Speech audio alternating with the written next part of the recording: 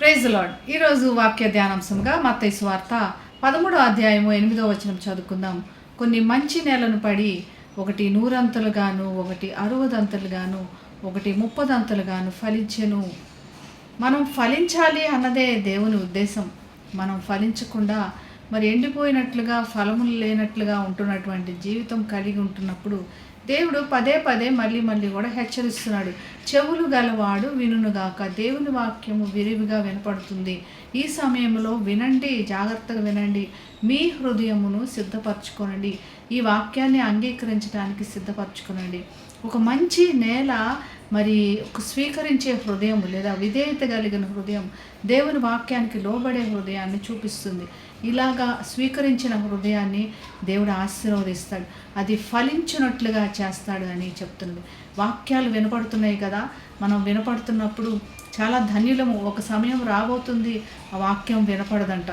మరి ఇప్పుడు వాక్యం వినపడుతున్నప్పుడు మన హృదయాన్ని సిద్ధం చేసుకొని ఆ వాక్యాన్ని అంగీకరించడానికి సిద్ధపడదాం. ఈ వాక్యము అందరిలో కూడా సమృద్ధిగా లేదా అందరిలో కూడా 100% ఫలించదు అన్నది చాలా స్పష్టంగా తెలియపరుస్తున్నాడు. దేవుడు కొంతమందికి కొన్ని సామర్థ్యాలు ఇచ్చాడు. ఆ సామర్థ్యాలు బట్టి పరిపూర్ణంగా మనం ఫలించాలి. కొంతమందికి 100% ఫలించినట్లుగా వారికి దేవుడు ఇచ్చిన అవకాశం అది.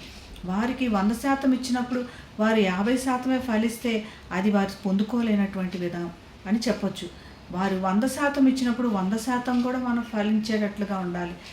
60% నీకు ఇవ్వబడింది అంటే 60% కూడా మనం పూర్తిగా ఫలించేటట్లుగా ప్రయత్నం చేయాలి. మనకి ఏది ఇచ్చినా కూడా ఫలించాలి అన్నది దేవుని ఉద్దేశం. నేను అంత ఫలించలేదు, వారికిలాగా లేను, వీరికిలాగా లేను కాదు.